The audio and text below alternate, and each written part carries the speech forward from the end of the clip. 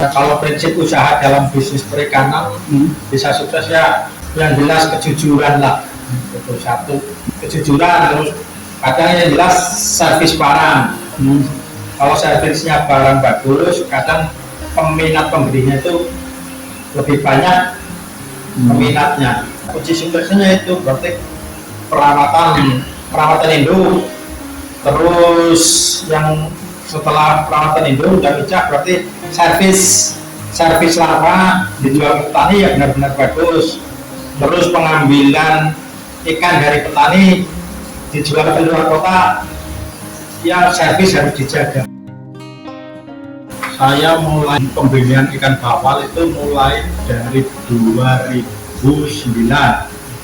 Waktu itu saya masih sebagai pedagang dan pengepul larva bawal. Tapi setelah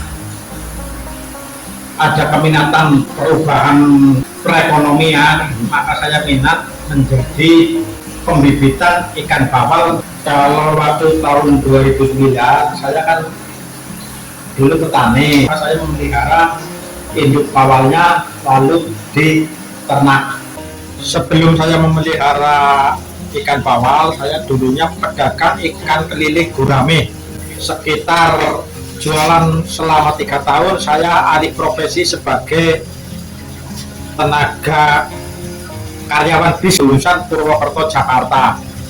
Tapi setelah itu dirasa-rasa karyanya lebih untung di bisnis, saya kembali lagi ke bisnis. Akhirnya terjun lagi ke bidang bisnis di bidang perikanan.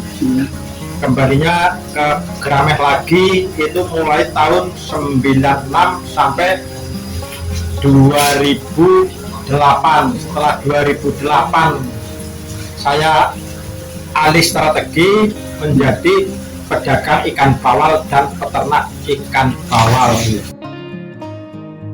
Kalau proses dari awal sih ya nggak sulit lah, biasa saja karena itu faktor kebiasaan. Dari kecil saya memeliharanya ikan, jadi udah kebiasaan cara pembinaan ikan bawal.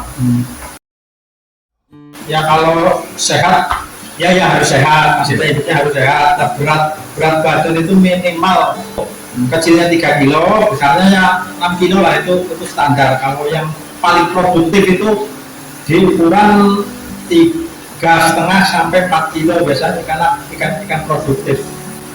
Ya sekitar kalau 3 kilo biasanya pemeliharaan dari bibit sekitar 3,5 tahun atau 4 tahun. Kalau yang 6 kilo ya sekitar 7 tahun bahkan 8 tahun.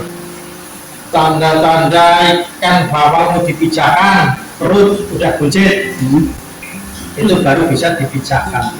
Proses pemijahan, ikan diambil dari kolam besar, ditampung di bak ukuran 1 meter, 1 meter persegi, itu ditaruh perempuannya 1, laki-lakinya 2 ekor, lalu disuntik pakai obat perangsang bertelur lah istilahnya. Setelah disuntik ditaruh di bak permanen yang ukuran 1 meter, disuruh bertelur. Setelah bertelur, naruhnya sore hidupnya, pagi bertelur, telurnya diambil ditaruh di bak kecil-kecil. Ya enggak. Kalau untuk induk betina, kalau ukurannya itu per kilo, kalau 3 kilo telurnya maksimal bagus itu biasa keluar 300.000. Kalau induknya 6 kilo telurnya bagus maksimal lah, istilahnya itu bisa keluar 500.000. Proses aerasi dari telur sampai ditepar ke kolam itu 8 hari. 8 hari itu ditepar, dimasukkan ke kolam besar.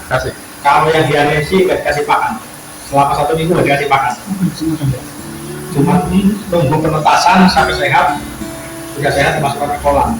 Ukuran sehatnya biasanya 8 hari, 7 hari sampai 8 hari lah.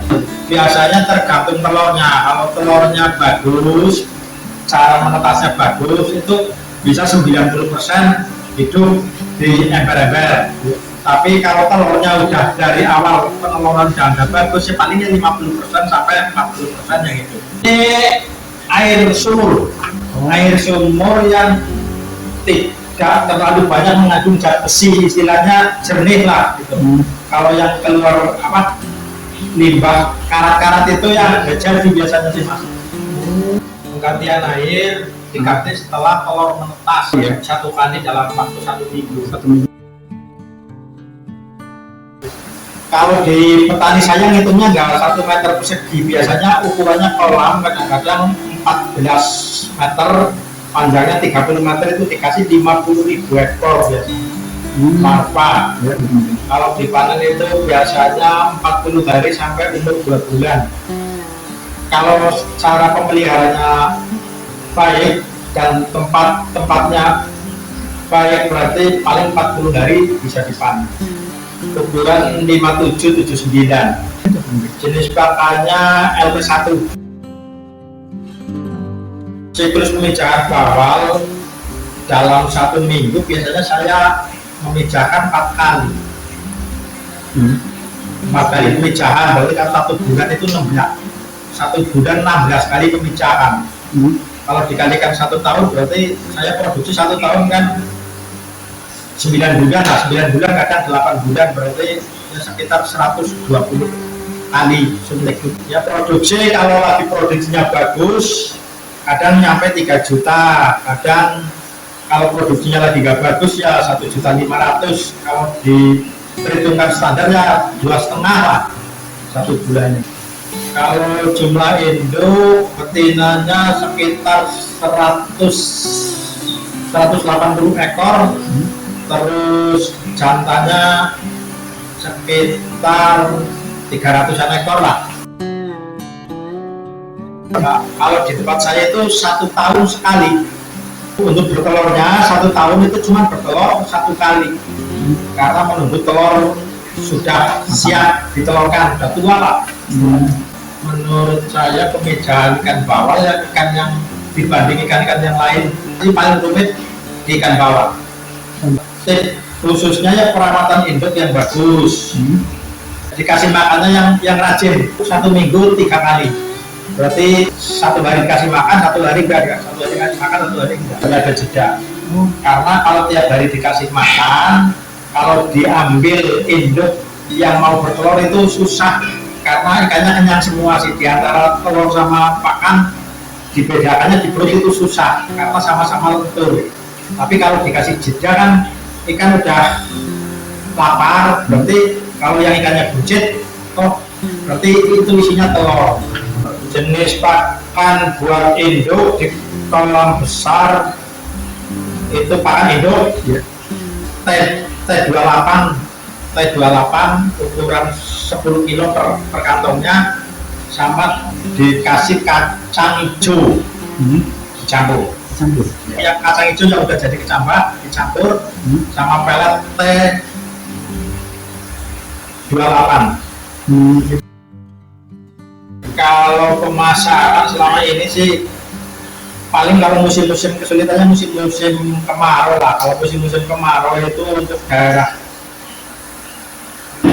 luar, maksudnya daerah luar kota, itu kebanyakan kan musim kemarau kan kering, makanya untuk penjualan itu agak lamban. Kalau musimnya hujan itu nggak terlalu sulit, bahkan bisa kurang stok. Tapi kalau musimnya kemarau itu biasanya lebih stok.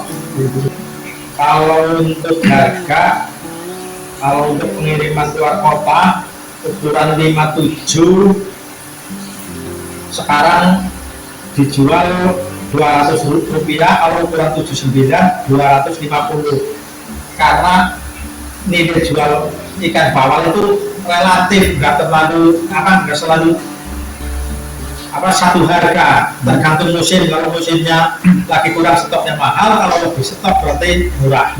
Harga larva kalau lagi musim mahal itu Rp15 per ekor. Kalau lagi musim standar itu Rp8 lah sampai Rp10 per ekor. Wilayah pemasaran saya sampai Garut, Bandung, Cirata, Jogja, Magelang. Tulungagung.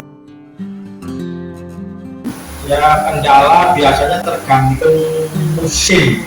Tapi kalau perhitungan tanggal nasional itu berarti Juni, Juli, Agustus itu 3 bulan kendala produksi karena cuaca dingin, biasanya musim dingin. Istilahnya cuaca musim dingin itu biasanya ikan nggak mau bertelur. Nah, dibiarkan di kolam besar, tunggu biasanya mulai peneluran itu mulai produksi lah, sistemnya mulai produksi lagi itu mulai bulan biasanya Agustus. Kalau kendala penyakit bagi hidupnya sih nggak ada, tapi kalau bagi bibitnya itu penyakitnya biasanya jamur di musim dingin. Kalau cara pencegahannya dikasih obat booster 25 sama metil blue dicampur dijadikan satu dimasukkan ke kolam. Ke depan budidaya ikan bawal ya yang saya harapkan nih semakin tahun semakin bagus harusnya lah ya, minatnya semakin tahun semakin banyak, peminat rumah makan, terus peminat ikan konsumsinya bawal sekarang udah mulai berjalan lah. Pembesaran bawal biasanya kalau untuk konsumsi itu tergantung kadar airnya. Biasanya kalau kadar airnya bagus, pakannya bagus, biasanya itu paling dari ukuran 912 itu ukuran 912 sampai ukuran sekilo 4 itu paling 6 bulan. Kalau di daerah Banjar itu paling 6 bulan. Pembesaran penyakit nggak terlalu rawan. Kalau untuk pembibitan kadang-kadang musim dingin rawan.